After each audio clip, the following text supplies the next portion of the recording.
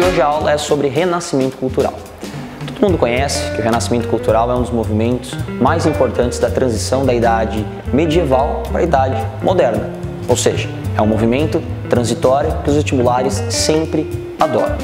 Pensando nisso, temos aí algumas características do renascimento que fazem dele um movimento muito importante. A primeira característica desse renascimento é a característica do antropocentrismo. Como vocês podem perceber, a Idade Média ela era voltada principalmente para o teocentrismo. O que significa isso? Teocentrismo é quando nós temos Deus no centro das coisas. Antropocentrismo já muda, vira o homem no centro das coisas. E é óbvio que, pensando nisso, o homem passa a ser muito mais importante que Deus. Não é mais para Deus que o homem está fazendo as coisas, agora o homem faz as coisas para o próprio homem. E isso significa o quê? O homem passa a ter uma nova noção de mundo, uma nova noção da sua existência. O que antes era medieval passa agora a não ser mais tão medieval assim.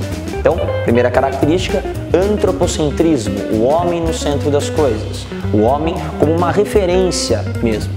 Segunda característica, nós temos o naturalismo, também uma característica voltada ao homem, ao ser humano. Se é naturalista ou se é o natural, o homem ao natural, o homem nu, a figura humana como uma peça humana passa a ser cada vez mais importante. Então o homem agora como uma peça humana, não é só mais para o homem, há também o homem como uma peça. E essa peça vai ser estudada, vai ser muito bem colocada, vai ser pintada, vai ser projetada, vai ser estudada a fundo, a miúde. Cada ponto deste homem vai ser conhecido com muito rigor pelo próprio homem, coisa que até então não poderia ser feita. Por último, nós temos aí dessa gama de características, nós temos a característica do universalismo. O universalismo é uma característica que eu gosto muito de citar, que é a característica do conhecimento total. O homem até ontem, quando vocês estavam vendo, por exemplo, a idade medieval, era o homem que não podia conhecer nada. Quem saberia ler? Apenas o clero. Quem podia ter acesso a livros? O clero. Quem tinha acesso à cultura? O clero. De repente, o homem passa a ter um conhecimento total das coisas. Ele fica ávido pelo conhecimento, ele precisa conhecer mais. Quanto mais o homem conhece, mais a vida dele fica melhor. Então este homem começa a ter uma noção mais clara do que é essa ideia de conhecimento total. Por isso, a gente fala que essa característica do Renascimento é uma característica muito importante. Podem perceber, por exemplo, como Leonardo da Vinci tem os seus trabalhos. Ele era escultor, ele era pintor, ele era arquiteto, engenheiro, historiador, geógrafo. Também fazia várias obras, como por exemplo a própria Mona Lisa, era pintor também. Às vezes dizem por aí que dançava até polidense, não sei, mas vai saber. E por último, nós temos uma consequência desse processo renascentista. A consequência do processo renascentista está aqui, é um homem questionador. Este homem questionador é um homem que passa a ter muito mais noção, é um homem que se preocupa muito com a ideia de que o que ele vai fazer.